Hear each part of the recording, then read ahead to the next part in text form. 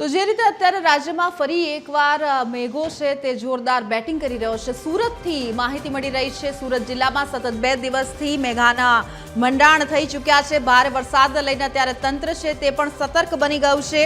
કોઈ અનિચ્છનીય ઘટના ન બને તે માટે પોલીસે ખાસ અપીલ કરી છે। લોકોને નદી નાળા કિનારે ન જવા માટે ખાસ અપીલ કરવામાં આવી છે। સાથે સાથે ગણેશ વિસર્જનનો કાર્યક્રમ પણ નજીક હોય, ખાસ સાવધાની રાખવા માટે પણ અત્યારે લોકોને અપીલ કરવામાં આવી રહી છે અને તંત્ર પણ અલર્ટ મોડ પર જોવા મળી રહ્યું છે। નદી કિનારે ખાસ વિસર્જન ન કરવા માટે પણ અપીલ કરવામાં આવી છે। એક તરફ વરસાદી માહોલ જોવા મળી રહ્યો છે, બીજી તરફ વિસર્જનનો કાર્યક્રમ, સાથે સાથે ઇમરજન્સી સમયે 112 નંબર પર કોલ કરવાની પણ લોકોને તાકીદ કરવામાં આવી છે। જે રીતે સુરતના દ્રશ્યો આપ જોઈ શકો છો, મોટા ભાગના વિસ્તારો પાણીમાં ગરકાવ, ખાસ કરીને દક્ષિણ ઝોનમાં સૌથી વધારે વરસાદની જે આગાહી વ્યક્ત કરવામાં આવી છે તેના પગલે ગત રોજથી જ સુરતમાં પણ ભારે વરસાદ જોવા મળી રહ્યો છે। મોટા ભાગના વિસ્તારોમાં પાણી ભરાઈ ગયા છે, જેને લઈને પાલિકા તંત્ર પણ કામે લાગી ગયું છે। ગઈકાલથી જ સુરત જિલ્લામાં અતિ ભારે વરસાદ થઈ રહ્યો છે, જેના કારણે ઘણી બધી જગ્યાએ પાણી ભરાયેલા છે, નદીઓમાં પૂર આવેલા છે, ઘણા ગ્રામ્ય રસ્તાઓ છે કે જેની ઉપરથી નદીના પાણી જઈ રહ્યા છે, તો અમુક જગ્યાએ ગ્રામ્યના રસ્તાઓ છે એ બંધ કરાવવામાં આવેલા છે। આજે ઈદે મિલાદનો તહેવાર છે, આવતીકાલે ગણેશ વિસર્જન છે।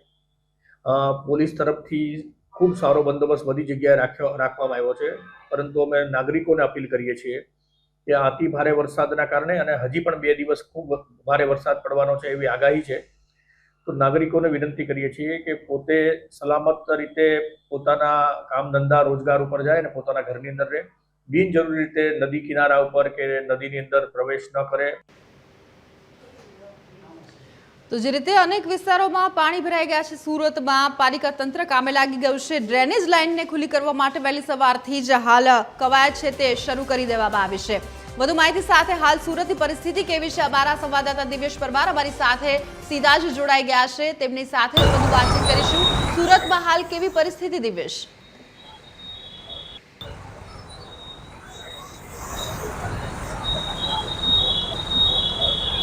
બિલકુલ, જે પ્રકારે આ વિસ્તાર છે મોરા ભાગળ વિસ્તાર છે ને, અહીંયા જોઈ શકાય છે ઘૂંટણસમાં પાણી છે તે ભરાયા છે। ખાસ કરીને વાહન ચાલકો જે છે તે હેરાન પરેશાન થઈ રહ્યા છે, ખૂબ જ જે પ્રકારે વાહન ચલાવવામાં મુશ્કેલીનો સામનો કરી રહ્યા છે, કારણ કે જે પ્રકારે અહીંયા જે આ પાણી ભરાય છે, આ આસપાસનો વિસ્તાર છે તે આખો બેટમાં ફેરવાયો છે અને અહીંના જે વાહન ચાલકો છે તેમની સાથે વાત કરવાનો પ્રયાસ કરશું। શું કહેશો, જે પ્રકારે અહીંયા પાણી ભરાય છે કઈ રીતની તકલીફ પડી રહી છે? तकलीफ तो ये पड़े छे, एमां चलावा फिरवा माटे बहुत तकलीफ जाए छे लोकल। दूसरा बीजू बात ये छे, एमां आसपास पब्लिक छे ने बधु दुकाने छे तो आना भी तकलीफ थाय। અહીંયા રોડ ઉપર આ પ્રકારે વાહન ચાલકો પડે છે, શું કહેશો? वाहन चाले माटे तो बहुत खराब दशा छे અને पग वग तो भी पूरा कपड़ा वपड़ा भी मैला થઈ જાય, एकदम भीगी થઈ જાય। અને ये बीजू ये कहूँ छू कि प्रशासन ચોખ્ખું ध्यान दे ये जगह मोरा भागल में, खास 1-2 કલાક पानी भी थाय ने गिरी जाए पड़ी जाए तो भी વધારે પાણી વધી જાય। બિલકુલ જી, આ વિસ્તારમાં લોકોને સમસ્યાનો સામનો કરવાનો વારો રહ્યો છે। સુરત મહાનગરપાલિકાની ટીમ જોઈ શકાય છે સામે આવી છે, તમામ ખાલી મુખ પ્રેક્ષક બનીને જોઈ રહ્યા હોય તે પ્રકારનો ઘાટ છે, કારણ કે આ પાણી કાઢવા માટે થઈને ક્યાંય ને ક્યાંય તેમને એક કહી શકાય કે કોઈ પ્લાન નથી મળી રહ્યો તે પ્રકારની અત્યારની પરિસ્થિતિ છે, કારણ કે જે પ્રકારે અલગ અલગ વિસ્તારો છે ત્યાં પાણી ભરાતા હોય છે, તો પાણીના નિકાલ માટે પણ તે લોકો પાસે પ્લાન હોય છે, પરંતુ અહીંયા આ પ્રકારનો ઘાટ સર્જાયો છે।